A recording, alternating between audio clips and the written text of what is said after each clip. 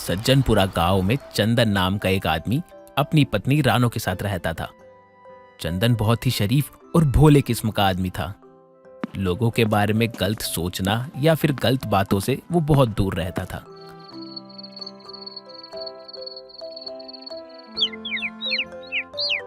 एक दिन वो घर में बैठा खाना खा रहा होता है कि तभी उसकी पत्नी रानो उसे कहती है, सुनिए जी, कब तक आप सिर्फ खेतों में काम करके घर की रोजी रोटी चलाते रहेंगे? पैसे कमाने का कोई और जरिया तो सोच लीजिए। भाग्यवान, तुम इतना परेशान क्यों होती हो? समय आने पर सब हो जाएगा। और रही बात पैसों की, तो वो खेतों में काम करने से आ ही तो रहे हैं। क्या जरूरत है कोई और काम करने की? आप भोले के भोले ही रहेंगे। भला पैसे किसको बुरे लगते हैं? अगर आप खेतों में काम करने के साथ साथ कोई और काम करना शुरू कर देंगे तो हमारे पास पैसे आने का एक रास्ता और खुल जाएगा। आप ये बात क्यों नहीं समझ रहे हैं? अच्छा, कुछ सोचता हूँ। कुछ काम वाम मिलता है तो देखता हूँ, लेकिन अभी मुझे चैन से खाना तो खाने दो। हाँ ठीक है, खाइए ना। मैंने आपको खाने के लिए थोड़ी ना रोका है। रानो इतना कहकर खाली बर्तनों को उठाकर वहां से चली जाती है और चंदन खा पीकर आराम से सो जाता है। अगले दिन वो खेतों में काम करते हुए अपनी पत्नी की कही हुई बातों पर विचार करने लगता है। वैसे बात तो रानो सही कह रही थी। अगर मैंने अपना कोई काम खोल लिया तो धूप में खेतों में काम नहीं करना पड़ेगा। लेकिन क्या काम करूँ, कुछ समझ में नहीं आ रहा। रानो, कल तुम कोई दूसरा काम करने की कह रही थी।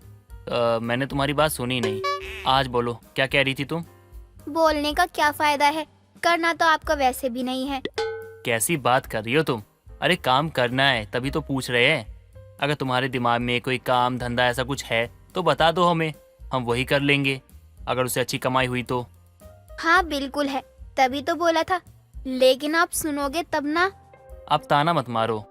क्या काम है तुम्हारे दिमाग में, बताओ। मैं क्या सोच रही हूँ, आप ससुर जी की तरह मिठाई की दुकान लगाइए। आप इतने साल से उनके साथ थे, आपको अच्छी मिठाई बनाने भी आती होगी। अरे हाँ, ये तो मैंने भी सोचा था। तुम बिल्कुल सही कह रही हो। अभी दीपावली आने वाली है और दुकानों पर भीड़ भी होगी मिठाई के लिए। हम अगर मिठाई का काम चालू करें तो ज़्यादा सही रहेगा, हमारी कमाई भी अच्छी होगी। मैं हमेशा से ही सही बोलती हूँ। अब चलिए पहले दुकान की सफाई करते हैं और मार्केट से मिठाई लेकर आते हैं। ससुर जी के जाने के बाद आपने उस दुकान की तरफ मुड़कर भी नहीं देखा है। हाँ, चलो, अब देर मत करो।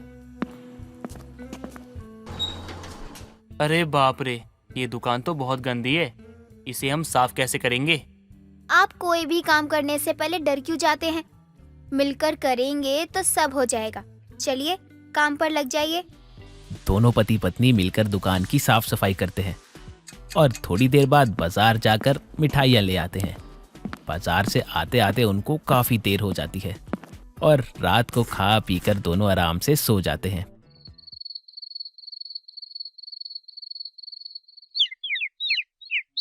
अगली सुबह चंदन अपनी मिठाई की दुकान पर बैठना शुरू कर देता है।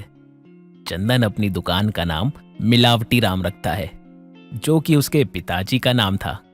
ऐसे ही दिन गुजर जाते हैं, लेकिन चंदन की दुकान का काम चलता ही नहीं। एक दिन वो मिठाइयों से मक्खियां हटा रहा होता है कि तभी गोपाल नाम का एक आदमी उसकी दुकान पर आता है। क्या बात है चंदन भाई, तुमने तो अपना बढ़िया काम जमा लिया। मिठाई की इतनी बड़ी दुकान खोल ली, और क्या चाहिए? गोपाल भाई, दुकान खोलने से कुछ नहीं होता है, दुकान चलनी भी तो चाहिए। देख नहीं रहे हो, सुबह मक्खियाँ हटा रहा हूँ। कोई बात नहीं, थोड़ा सब्र रखो। अभी अभी तो तुमने दुकान खोली है, चल जाएगी कुछ ही दिनों में। उसी का इंतजार कर रहा हूँ कि कब बाकी दुकानों की तरह हमारी भी दुकान चले, हमारी भी दुकान पे भीड़ हो। पूरे गांव में एक मेरी मिठाई की दुकान है, फिर भी लोग मेरे यहाँ ना आकर बाजार जाते हैं और मिठाई खरीदते हैं, जैसे मेरी मिठाइयाँ मीठी नहीं कड़वी होती हो। भाई बुरा ना मानो तो एक बात कहूँ? हाँ भाई बोलो। आज तक मैंने कोई बात का बुरा माना है क्या, जो अब मान जाऊंगा? बोलो। तुम्हारी दुकान पर ग्राहकों का ना आने का सबसे बड़ा कारण है तुम्हारी दुकान का नाम। तुमने पहले ही अपनी दुकान का नाम मिलावटी मिठाई वाला रखा है, जिसे पढ़ते ही लोग वैसे ही भाग जाएंगे। गोपाल भाई, ये नाम मेरे पिताजी का है। मैंने ये दुकान उन्हीं के नाम पे खोली है। दुकान का नाम मिलावटी मिठाई वाला रख दिया तो इसका मतलब ये थोड़ी है कि मिठाइयों में मिलावट करता हूँ। अरे भाई, अब ये बात ग्राहकों को थोड़ी ना पता है, क्योंकि जो दिखता है वही बिकता है।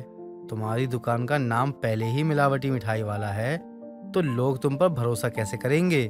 और इस समय तो दिवाली आने वाली है, मिठाई वाले वैसे ही इतनी मिलावट करते हैं।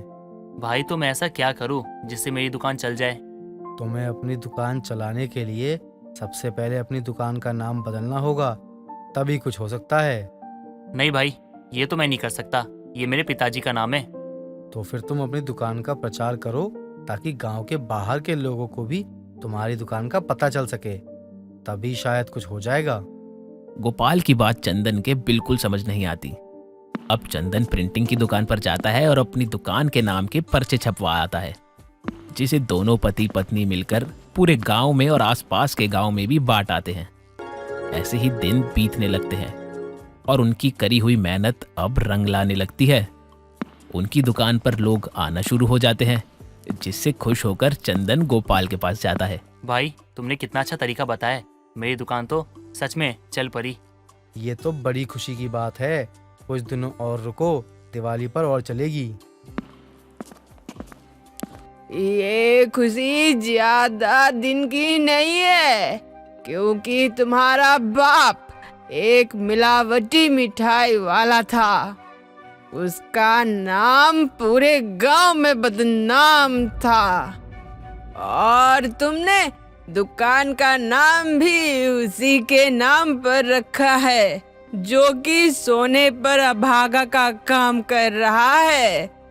इसी कारण तो लोग तुम्हारी दुकान पर मिठाई लेने नहीं आ रहे। दुकान का प्रचार करके कितने दिन ही दुकान चलेगी? काकी कभी तो किसी के बारे में अच्छा बोला करो। अगर मेरी दुकान बंद हो जाएगी तो आपको क्या मिल जाएगा? मैंने तो वही बोला जो सच है।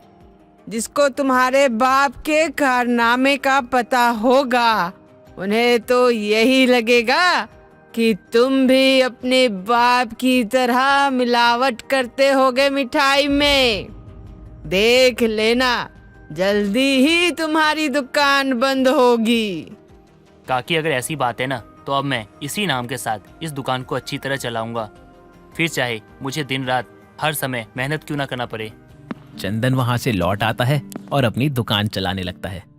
धीरे धीरे दिवाली का समय पास आ जाता है, लेकिन अब चंदन की दुकान पर गिने चुने लोग ही थे, इतनी भीड़ नहीं आया करती। चंदन फिर से निराश हो जाता है। तभी रानो उससे कहती है, क्या हुआ आपको? आप इतने परेशान क्यों हैं? अब हम क्या बोलेंगे रानो, हमने सब कुछ करके देख लिया। पिताजी की मिठाइयों में मिलावट की आदत के चलते गांव का कोई भी आदमी हम पे यकीन नहीं कर रहा, और पिताजी की तरह मिठाई में मिलावट करते हैं ये सोचता है। पिताजी के खराब छवि के कारण हमारी दुकान और बढ़ नहीं सकती। आप इतना मत सोचे, अभी कुछ टाइम पहले ही दुकान खुली है, थोड़ा तो समय लगेगा ना। रानो, नई दुकान पे लोग ज्यादा जाते हैं, लेकिन इस मिलावटी नाम के साथ हम कुछ भी नहीं कर सकते। मुझे अपनी दुकान चलाने के साथ साथ पिताजी के नाम पे जो कलंक है उसे भी मिटाना है। उसके लिए हम एक काम कर सकते हैं। कल दिवाली है, अगर हम पूरे गांव में अपनी मिठाई फ्री में बांटें तो लोगों तक हमारी दुकान की मिठाई का स्वाद भी पता चल जाएगा और लोगों के मन में भी छपी ससुर जी की खराब छवि भी ठीक हो जाएगी। उसके बाद शायद हमारी दुकान भी चल जाए। तुम्हें सच में लगता है कि हमारे ऐसा कुछ करने से सब कुछ ठीक हो जाएगा? इसलिए मैं आपको भोला कहती हूँ। हमारे गांव के लोग कितने लालची हैं, ये आपको भी पता है। ये लोग फ्री में मिला जहर भी खा लेंगे। हम तो फिर भी मिठाई दे रहे हैं। अगर इन लोगों ने मिठाई लेने से मना कर दिया या बोला कि मिठाई क्यों दे रहे हो तो? आप ना कुछ ज्यादा ही सोच रहे हैं। सबको पता है कि कल दिवाली है, इसलिए मिठाई दे रहे होंगे, तो मना कोई नहीं करेगा। चंदन रानो की बात मान जाता है और दिवाली वाले दिन पूरे गांव को अपनी मिठाई फ्री में बांटता है। अब फ्री की मिठाई खाने के चक्कर में तो लोगों की भीड़ लगनी ही थी। फिर क्या, चंदन की मिठाई खाकर लोग बहुत खुश होते हैं और उसकी दुकान पूरे गांव में और आसपास के गांव में मिलावटी नाम से फेमस हो जाती है, क्योंकि उसकी मिठाइयाँ मिलावटी नहीं होती,